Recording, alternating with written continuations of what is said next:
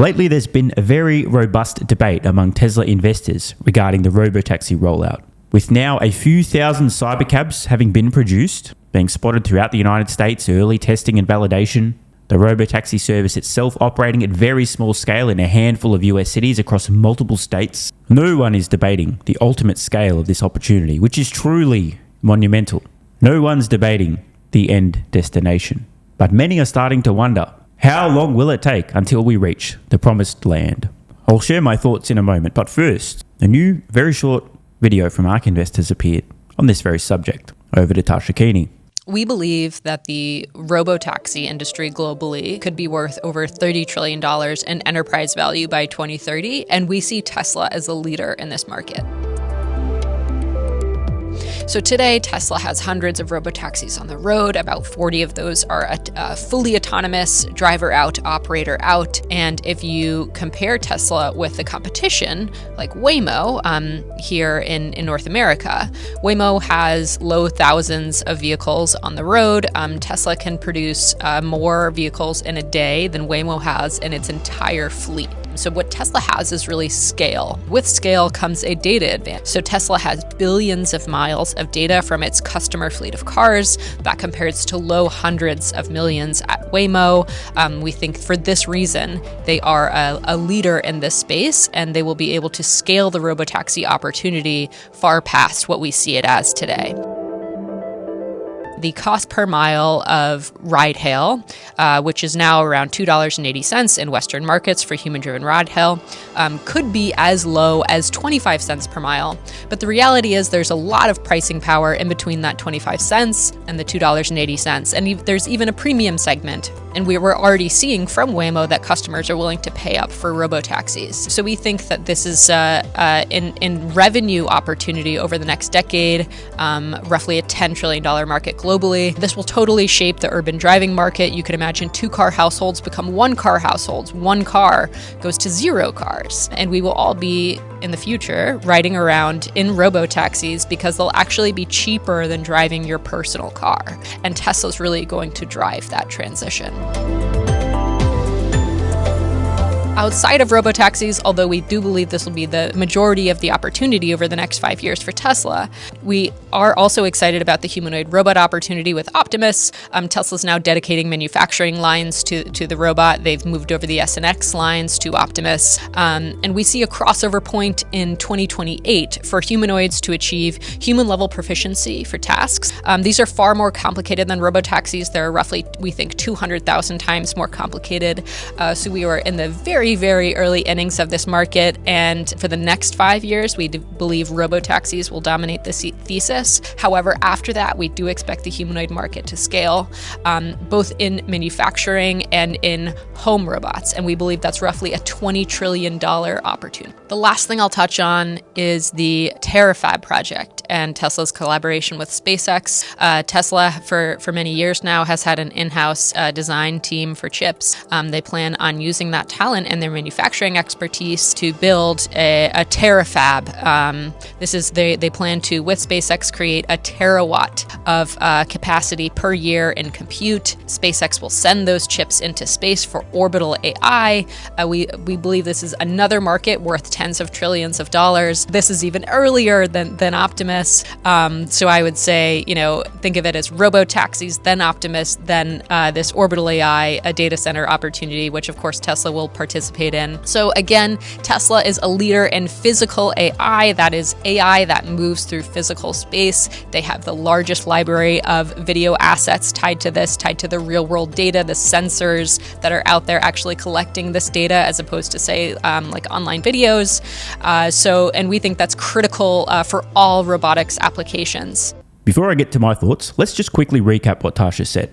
First of all, ARK Invest believes that by 2030, by the way, I'm recording this in 2026, I'm not very good at maths, but that's not very far into the future, autonomy, robotaxi services could represent $30 trillion of enterprise value, meaning company values, just tied to robotaxi businesses collectively. They also reiterate their belief that Tesla is a leader in this space. We are reminded that as of today, Tesla is still operating at relatively small scale. Total robotaxis on roads in the hundreds. Fully autonomous, less than that. But the 0 to 1 moment has happened. They are operating completely unsupervised robotaxis in multiple cities in the United States without a single safety critical incident to date. We're then reminded that Waymo's entire fleet of autonomous vehicles today is in the low thousands, a number of vehicles that Tesla's business globally produces in a single day. Tesla clearly has scale, and this is a big deal.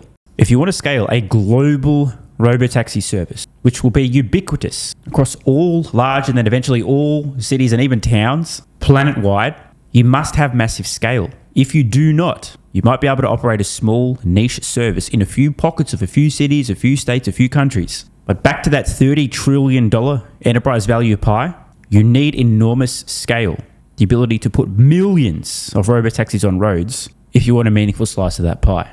Only Tesla has this. Tasha then points out that with scale comes a massive data advantage. Tesla is the only company with an existing fleet of around 10 million vehicles continuously collecting data that can be used to train their autonomous software. Now, this real-world data is invaluable for training.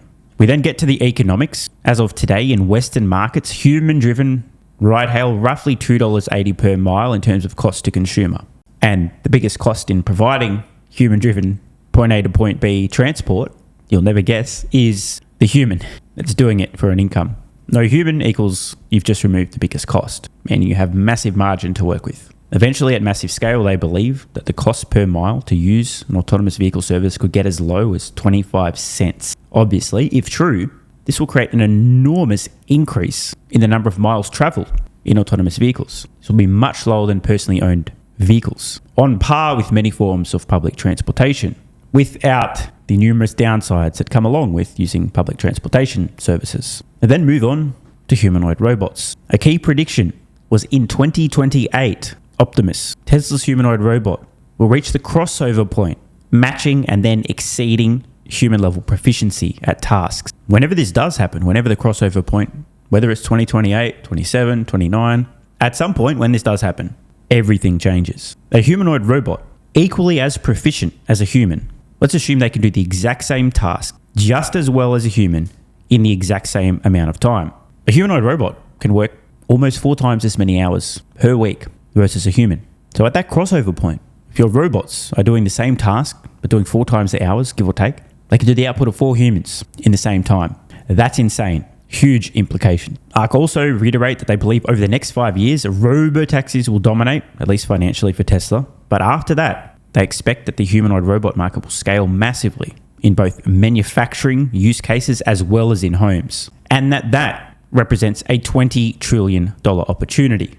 Then on to Terafab with the incredibly audacious goal of doing 1 terawatts of compute per year, predominantly for orbital AI. Another market that ARC believes is worth tens upon tens of trillions of dollars. And in terms of the timing and sequence, as Tasha pointed out, robotaxis scale, then Optimus, then orbital AI. And her last point, a big one. Tesla is quite obviously the leader in physical AI. They've got about 10 million 4-wheeled robots on roads right now. They have the largest library of real-world data, and that in and of itself is a huge competitive advantage. And now, as promised, my thoughts on the Tesla Robotaxi rollout. First, let's set the stage. My original expectation for Tesla Robotaxi launch was optimistic, a little bit too early. Just over 6 months before the actual launch is when I had initially predicted the first Robotaxi ride would take place back in my 2021 Tesla valuation model, the original 10-year model. Pretty reasonable guess, to be honest. It was a few years out at that time, most experts saying it'll take a decade, you need LiDAR, radar, gator, rails, smoke signals, everything you can possibly imagine. Otherwise, they'll never succeed. But from there, I was much too aggressive in the pace of the ramp. Since then, for what it's worth, my new 20-year Tesla and 20-year SpaceX valuation model, I've massively tempered my expectations for the pace of Robotaxi rollout. The scaling is still a guess, but I've done my best to probably overcorrect for that. It is happening slower than I expected. But what is an expectation? It's a guess. This has never been done before. Generalized autonomy, vision only. It's never been done. Tesla's expected timelines. Guess. Mine. Guess. Yours. Guess. Everyone. Guess, guess, guess. All we are doing is guessing until it's actually happened. No one knows. So it's happening slower than I guessed simply means that I had a poor guess. And I think it's fair to say that anyone who's quote unquote disappointed with the pace of how quickly or not so quickly Tesla's Robotaxi rollout is happening is disappointed with either Tesla's guess or their own guess. Tesla still remains on track to reach the same destination, dominating the robotaxi opportunity with lowest hardware costs, most generalized software, and ability to rapidly scale. The thesis remains entirely intact. No other company can produce autonomous vehicles at even 1/100th the pace Tesla can. No other company has pursued and nearly solved generalized vision-only autonomy. And no other company can match Tesla on hardware costs. Tesla is making meaningful progress. However, it is important to note that there are still issues. Their service is not flawless. There will still be occasional interventions required. This is why they're gaining a foothold in new cities, new markets throughout the US at very small scale to gain regulatory approval, legal approval, and to begin operations so that they can discover, detect, and fix minor issues, bugs, and kinks in their service before rapidly scaling. If you push too aggressively too soon, you just end up multiplying the number of issues you're having by however much you've scaled your fleet. Simple example. If you 10x the number of robotaxis operating in a city without fixing issues first, you've just 10x the number of issues you're going to have. 100x it, you've 100x the number of issues. Insane.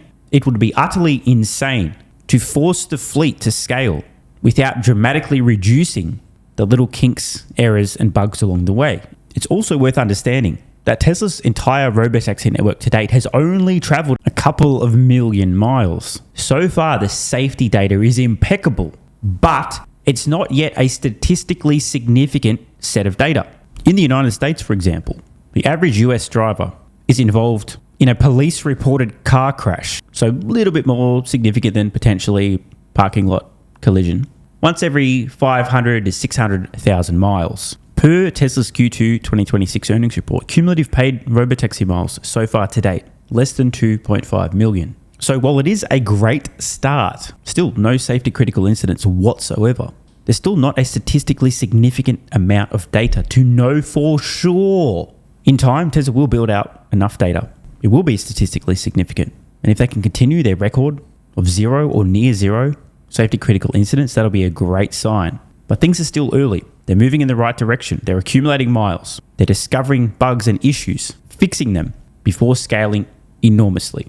The simplest explanation, Occam's razor, if you will, is that doing this, scaling generalized autonomy, vision only, is an extremely difficult challenge that's never been done before.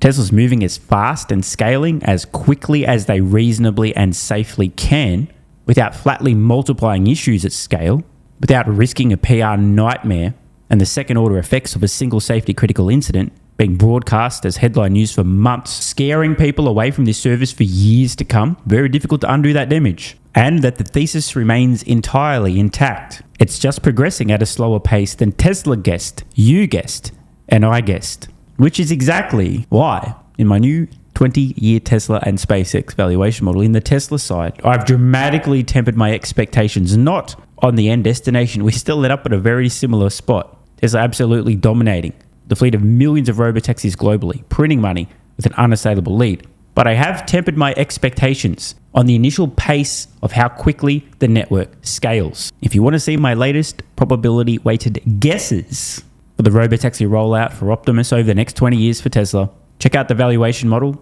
It's on Patreon. To support us at the investor level and above, just check the link below or head to patreon.com/solving the money problem.